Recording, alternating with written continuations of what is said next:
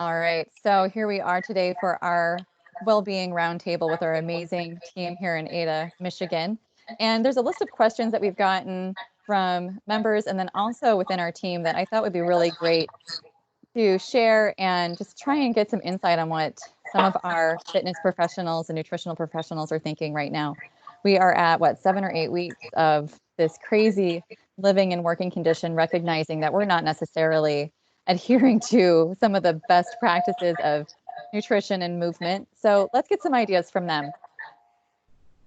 Why don't we go ahead and just take a moment for anyone who isn't familiar with this group. Let's go ahead and introduce everybody, and let's start with Andy. Hi, this is Andy, bunkered down in Ada, Michigan. Wendy. Hi, Wendy Brookhouse, one of the dietitians, bunkered down in Wyoming, Michigan. Tim. Yeah, this is Tim. I am hunkered down in Caledonia, Michigan. Alden. I'm Alden, so I am bunkered down all the way over in Allendale. What about Nadine? I'm Nadine. I'm over here in Kentwood, quarantined. And then Sarah.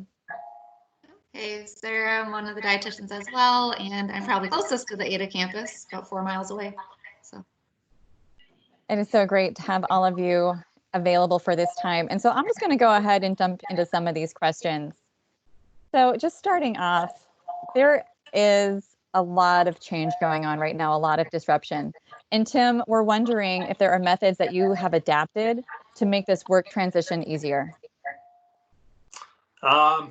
No specific methods. I think the biggest thing for me was a life lesson of focusing more on the present and just staying within, the family, within the house, just focusing what I can do to enhance life, to make the most of it. Try to keep the news to a minimum. It's easy to let the angst set in, when reading about hearing about what's going on. So for me, it was just, hyper focus on what's right in front of me, trying not to think about long term, just, I covered that on my blog a little bit. So that's the nice thing about having a blog is just, I get to put these down, put my thoughts down, it kind of solidifies it in my mind a little bit. So that and more is covered in there if you want to head to the broad scope narrow focus blog. I talk about that a little bit, but that's what I have been applying every single day. Tim, thank you so much for sharing that insight and then also plugging your blog a little bit. I think that's great. So Wendy, from a nutrition standpoint, do you have anything to add?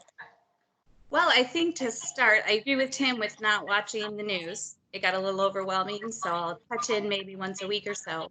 But I didn't realize how much I needed my office, and the distractions are huge. So having kids at home and just making sure I have a couple, hours at a time, just blocks throughout the day to just zone out. I've been putting headphones in, so whether I have music on or not, they think I do. So I can kind of act like I can't hear them. So that's been the key, is just like boundaries. But with nutrition, I've actually been pretty good. I'm almost eating less in that, I'm eating breakfast when I get up. Sometimes I forget about lunch, but I get hungry, so maybe I'm eating a little bit later than normal. But trying to find new recipes, try new ways to kind of change things up. That's been a little fun. But just kind of like Tim said, just doing the most to kind of get through it right now with what I already have and maybe trying to mix it up a little bit. I think that's great. And the earbud idea is fantastic. And I think that's one a lot of our viewers will probably put into practice pretty quickly here if they haven't already. So just talking about routine, I know that mine is completely thrown off. And I'm finding it difficult to get adequate sleep because I'm constantly having to shift from not only work priorities and then back to the kids. I'm trying to manage the household, back to work, and you're always turned on. I'm constantly looking at my email. So Sarah, I'm wondering if there is a nutrition tip that I should try to help with this. Yeah, so for that, I would look more to our food pattern, right? So we all know that breakfast is the most important meal of the day, but what we don't often realize is that we have kind of two different clocks in our systems, our central clock and our peripheral clock. So our food pattern will help set that for the day. I kind of found myself getting breakfast for my son and then kind of letting mine linger a little bit later, throwing off lunch, throwing off dinner. So if you can set the pace of your day with a good, healthy breakfast, that would definitely help. And then eating every 3 to 4 hours after that. Wendy already mentioned getting late lunches. I've struggled with that too. So making sure, we remind ourselves, and then establishing a nighttime ritual where you're kind of decreasing the blue light. I recently found on the laptop, because I have been working a little bit more at night, you can do a more yellow tone to your laptop screen. So anything that you can do to kind of minimize the blue light, set that nighttime ritual. It might include tea or stretching or journaling, just to kind of wind down for the day. So when you mentioned tea, probably non-caffeinated would be best. Yes, definitely. Yeah, I think I do a Guilty. or something. Yeah. Thank you so much. And so, Andy, do you have any exercise strategies that I might want to add? Well, when it comes to exercise, typically movement increases blood flow and energy. So you have to take that in consideration. It's probably better to not work out in the evening if you can help it. Try to get more exercise earlier in the day, more movement throughout the day. Higher intense exercise obviously is going to have more energy expenditure, which is going to make you tired as well. So if you can get some of that stuff in throughout the day and start to slow it down towards the evening. Sarah had mentioned maybe some stretching. That's always good. Bringing in some breath, hold, deep breathe in, hold it for a couple seconds, deep breathe out, and just try to reset and slow down everything. That's about the best thing you can do. Some people can get away with exercising late at night. I used to when I was younger, and now if I do it, I'm wired for the next 2 hours. So I usually try to shut it down before 6 o'clock. That's really good advice. And it's something I'll definitely have to put into practice. Last night, I probably was on my exercise equipment way too late, about 10 o'clock, because that's when I could fit it in. So I guess what you're saying is I should get up a little bit earlier, maybe get that intense workout in first, and then get about my day. Yeah. And, it's all about finding that rhythm in life. The tough thing is we're homeschooling and we're working and we're trying to do actual work. So it's when you can fit it in. And obviously 10 o'clock at night is probably the only time you could fit it in yesterday. But I'm assuming you probably had a little harder time going to bed too. So. Yeah, probably about 12:30 at night was when I finally was able to shut it down. So something that I'm wondering, are there any activities that you have found time to do that you haven't been able to do before? Since we're talking about time management with this last discussion that we had. And Andy, let's just go ahead and continue with you because you had some really good ideas. Yeah, with my family, I have a son both of my kids are active, but my son's always in some type of sport. And right now we're not in an organized sport. So the biggest thing I've found is we're doing more things active as a family together. I'm very fortunate to have some trails by my house. And so we've been doing a lot more hikes. We've been going for walks. My kids are finally starting to get to the age where we can leave them home for a couple minutes. So my wife and I are actually going out for walks after dinner, which we used to do before we had kids.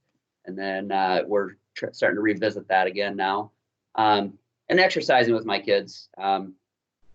That's a big part of us anyway. But with being in organized sports, they always had their own bucket that they're in. And then I'm trying to work out when I'm not there. And now we're kind of merging that stuff together and doing it together and motivating all of us to keep going, because when they're not in organized sports, then they're not as motivated to be active either. So a lot of the stuff that I've brought in for me personally has just been active with family. So Wendy, I know that you are very creative and always looking for different projects. Wondering what you've been able to pick up that maybe you hadn't been able to find time for before. One thing on a nutrition side is pickled cabbage. I've never really pickled anything. My husband's more the gardener, but Sarah always talked about it. And I thought, I've got to try this. So that was something cool I did early on. I wanted to do some probiotics and do a little pickling, and it turned out pretty good. It kind of spruces up all our Mexican dishes. But on a kind of an active side, same thing with Andy. My daughter's in hockey. She should have been doing hockey, basketball, and softball already around these last 6 weeks. So we put up the trampoline. Last night we had a family kind of jump off, did the whole like, what are they called? Popcorn and all these different games you play, and so it's just been fun trying to get her out there. And we started rewatching all the Marvel movies. So we're doing like circuit training in our living room while we're watching the Marvel movies. So that's been something fun too. So just again, something to like get involved and have fun. And my daughter loves to bake, so I'm trying to encourage her more often to make something new. We've got a lot of bananas that tend to go bad in this house. So yeah, we're just trying to get a little creative, and it can be tough. And then I also rearranged some landscaping in the backyard. So that was strength training as well.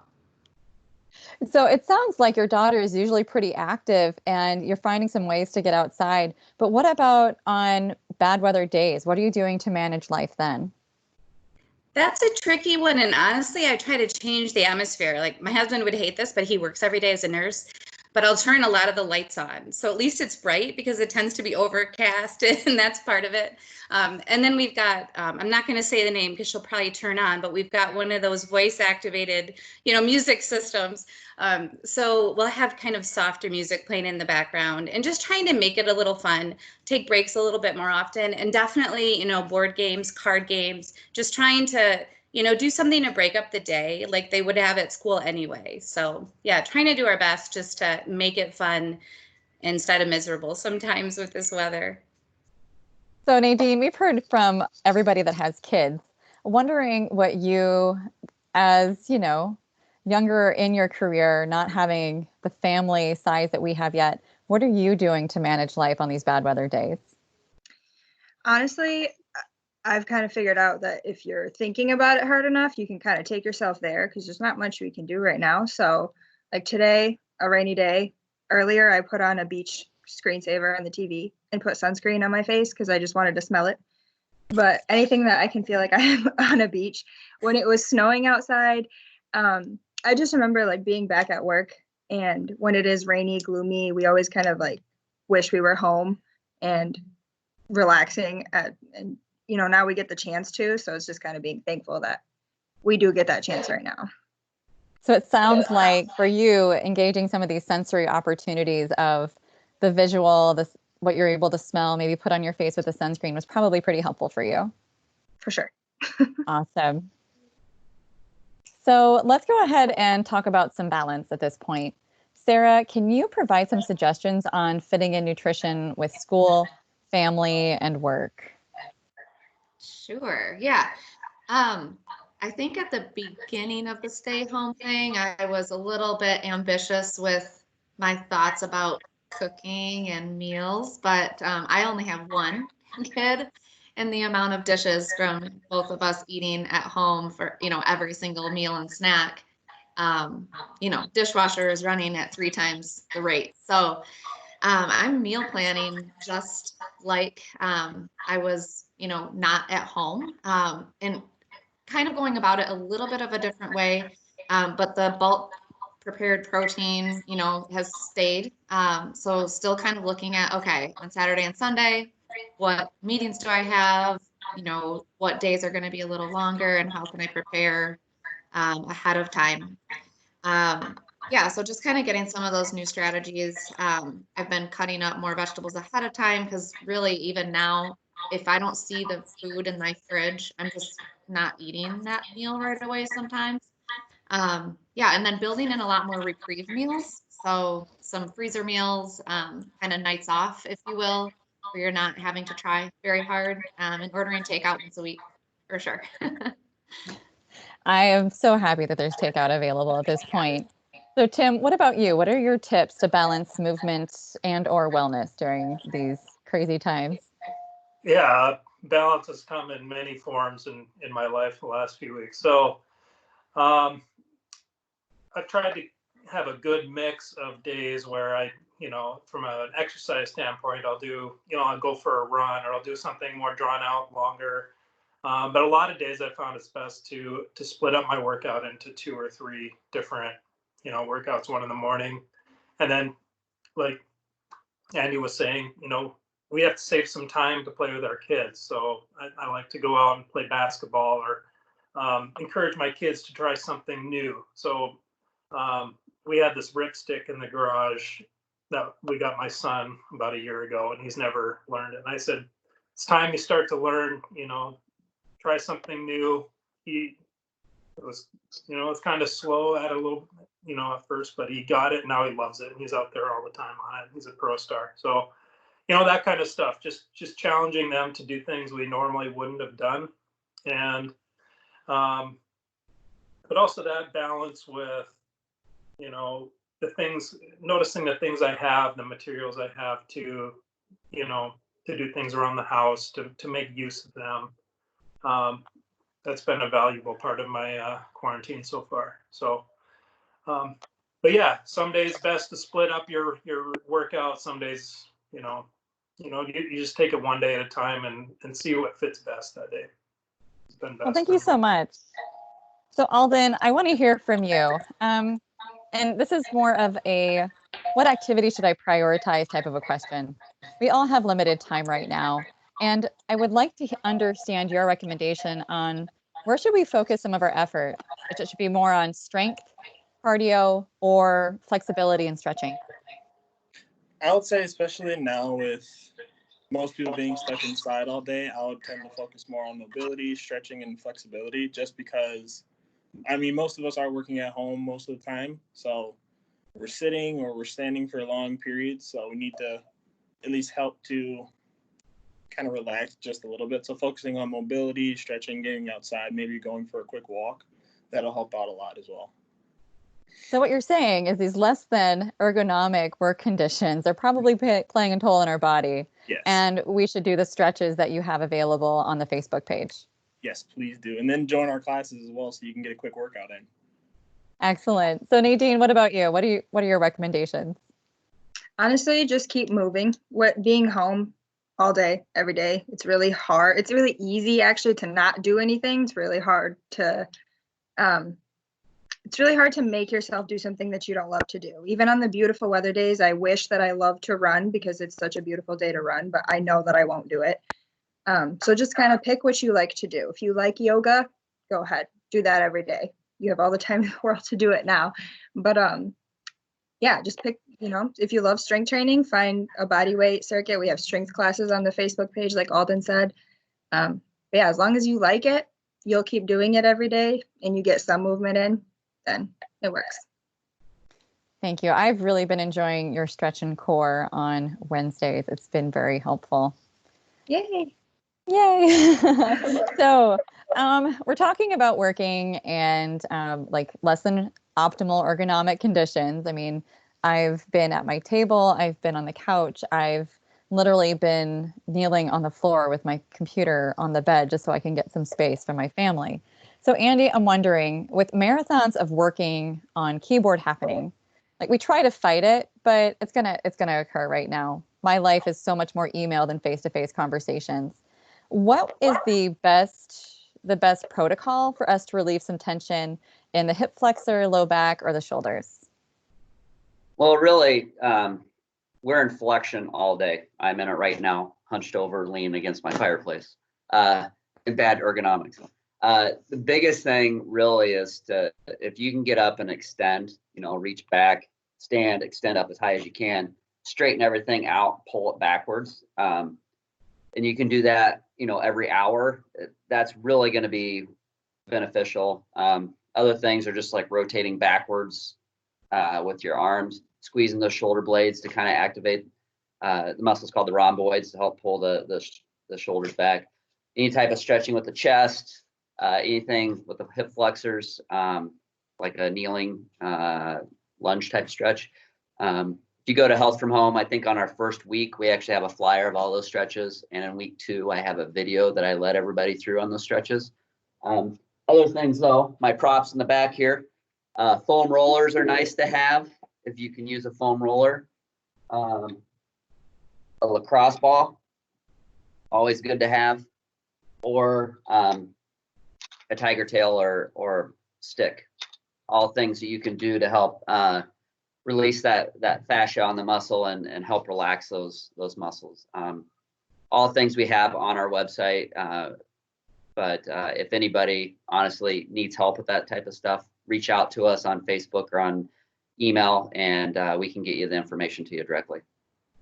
Thank you so much. My lacrosse ball has been invaluable lately, especially getting right up in here in my shoulder while I'm sitting at my table. I can grab it with one hand and just kind of roll it around back there. Thank you so much for introducing that to me, or me to it. So we've been talking a lot about movement. Let's talk about some nutrition and go on to our dietitians. Wendy, I'm wondering, does food really have any effects on our mood and our mental well-being? Yes, it does. First off, the foods that negatively affect that would be those refined foods, the carbohydrates like white rice, white bread, white crackers, but of course also those simple sugars, the sweets, the syrups, the jellies, even fruit juice can have a lot of extra sugar added. So trying to limit those, what happens is your blood sugar spikes when you eat those foods. And it's almost like a roller coaster in your body. So you get this burst of energy, but then you end up crashing pretty soon after. And so you're feeling all right, you eat that food, and then that drop can leave you feeling kind of tired, cranky, and the energy is short-lived, and you might end up, feeling worse than before you chose those foods. So it's really important to limit the processed, the ultra processed, but those refined foods. Thank you, Sarah. What about you? Do you have anything to add here? Like maybe some foods that might be able to help improve our focus, creativity, or even our energy?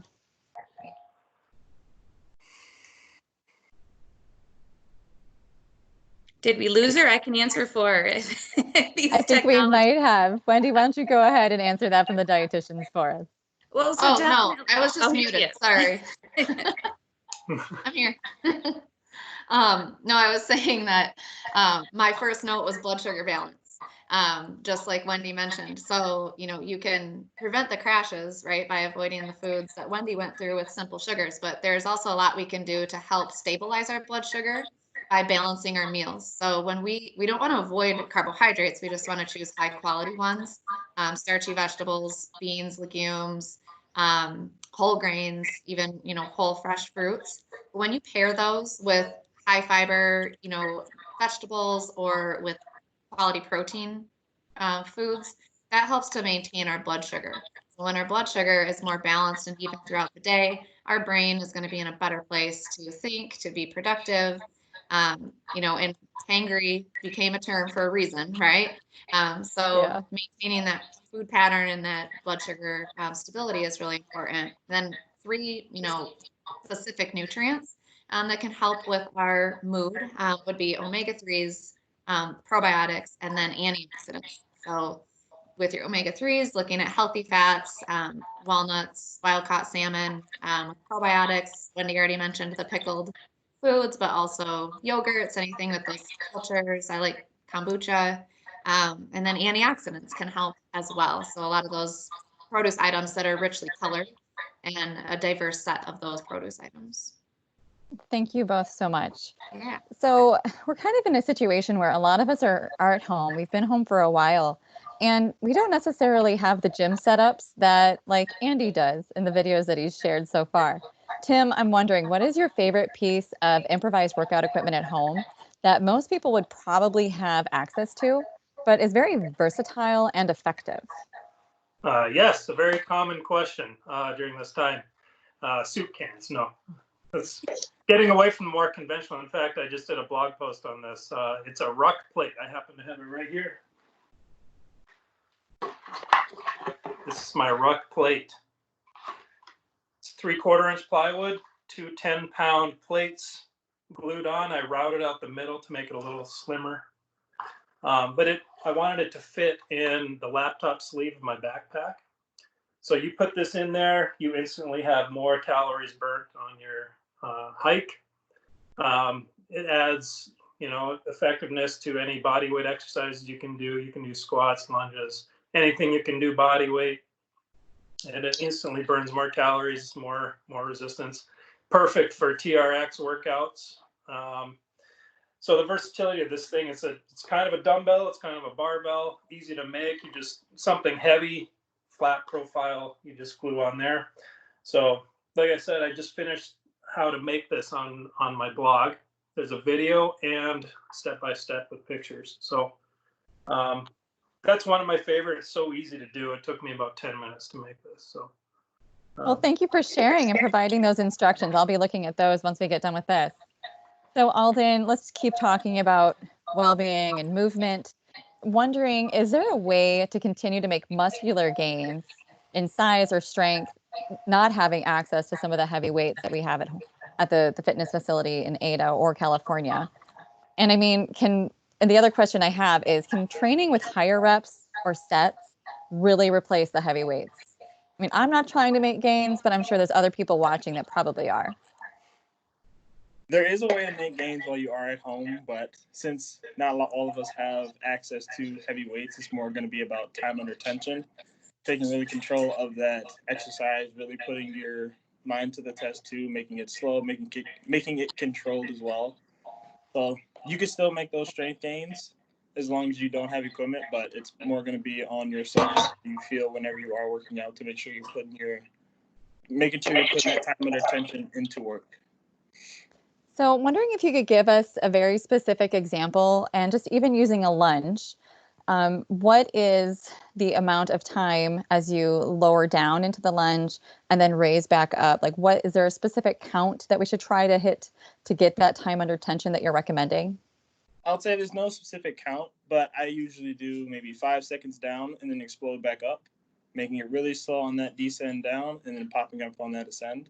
And when it comes to that high reps, like you mentioned earlier, that's going to be more endurance. So you can still work out your cardiovascular and still work on the body and muscular endurance as well. But it's more going to be for the long distance kind of training and more just like tedious kind of training as well. Thank you, Alden. So Nadine, another question for you, and it's along these same lines. We're talking about strength training, but is things like yoga and Pilates really as effective? So kind of going back to what I mentioned, if you've tried it and you absolutely hate it, I wouldn't recommend you switch out your strength training program for Pilates or yoga. But if you've never tried it, or you actually like doing it, or you take a couple classes, it's a great time to pick up on it, because I mean, both Pilates and yoga are going to build overall strength. I'm sure you can attest to that, being a yoga instructor yourself. It's going to improve your mind-muscle connection. It might improve a lot of mobility, especially if you do weightlift a lot. You might be really tight in areas that'll help fix before you get back into the weight room. So yeah, if you do like it, it might help you out now that we're stuck in quarantine. When you do go back, prevent some injuries. But yeah, it is definitely a strength workout. I can definitely attest to that. I love throwing a bunch of planks into my practice at home, just so that I'm working all the muscles in my body and trying to get them under tension, as Alden's recommending. So Nadine, I'm wondering, I love planks, I love sit-ups, I love boat pose, but what really is the best exercise for our abs right now? Because as we've been talking about, we're very sedentary, or we have the opportunity to be very sedentary, and that's going to definitely impact our core strength. So what can we do to help mitigate that right now? So all those exercises that you mentioned are great for the core, but more important than your specific exercise selection right now is going to be approach, technique, and the combination of exercises. And it's kind of figuring out where you are fitness-wise. If you are a beginner, it's a good time to kind of focus on stabilizing your core. So with things like a plank, maybe bird dogs or dead bugs, something where you're kind of holding your pelvis in place, focusing on your breathing, and focus on really feeling your core and engaging it with little movements. If you are already pretty stable and you feel like you can kind of take it to the next level, flexion exercises like your crunches, sit-ups, leg raises, that stuff will continue to build your core strength. But you also want to make sure that you're getting your entire core and you're getting a good variety. So rotation exercises are usually neglected when people are thinking about core. So we kind of tend to stick to those traditional crunches and planks and whatnot. So anything like Russian twists or maybe plank hip dips, those will work those obliques and get a full, well-rounded core workout. And then not forgetting to work the core in those big lifts. So if you are still strength training, you're doing push-ups or squats, deadlifts, anything that you're lifting, remembering that you are using your core a lot with those movements. So just engaging it in your daily life activities as well. So, I mean, overall, just not focusing too much in one direction, not focusing too much on flexion or anything, just a well-rounded mixture of workouts. Join our Wednesday class. I try to fit in a whole bunch of different core exercises in those. So that'll get you an idea of how to program your own. So as we're talking about making sure that we're hitting all of those muscle groups, a lot of people I talk to typically think the core is only those muscles along the front of the body. You know, like the ones that run up and down along the belly button, and then those obliques on the side. Is there other muscle groups that we should also be considering as part of our core? Absolutely. If you think of your core, it's everything that stabilizes you from the middle. So in that core class that I mentioned, we also work a lot on glutes, glute med, glute min, those hip muscles, everything that keeps your pelvis in place. So not neglecting those, or your low back, anything that's holding you up, really. So that whole corset that wraps all the way around us. Yes. Absolutely wonderful. Thank you so much for providing that clarification to the people who are going to be watching this. So our final question today is going to go to Tim, and it comes from one of our members.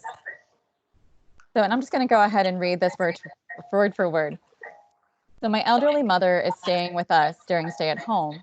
Tim, can you provide any chair exercises that she can do? She usually does these at her residence, and she really is missing her exercise classes. She's 91 and does Tai Chi, but thinks she should restart herself with chair exercise. Yeah, absolutely. Anytime we're enhancing functional strengthening in that population, the older population, we really want to focus on exercises that are that mimic real life, that are functional. So things like being able to stand up, you know, well, and if able, or that match their ability, of course. But you know, working all planes of movement, like working the overhead press, some kind of you know, press away from the body, pulling exercises, posture exercises, like what Andy was saying before, very important and easy to work on posture and kind of reverse that flexed state we're in. So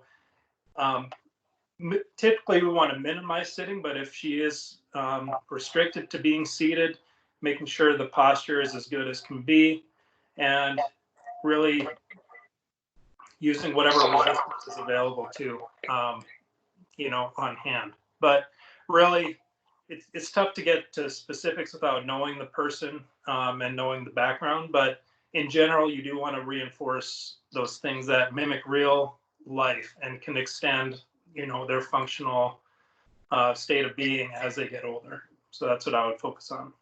And Thank I'm you, happy Steve. to help if she wants more help. I'd be happy to reach out to her and help further.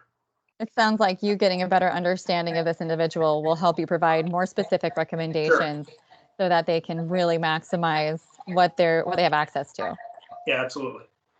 Wonderful. Well, thank you so much, Tim, for that. And I want to thank all of our members of the ADA team for, again, sharing their expertise with us and their recommendations as we continue to navigate this very strange situation we find ourselves in.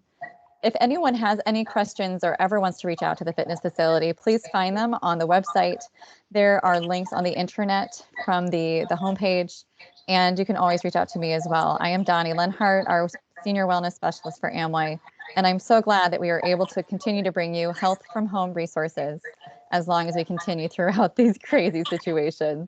Thank you so much, everybody. I hope you have a great day, and I hope all of our members and viewers have a great day as well. Stay well.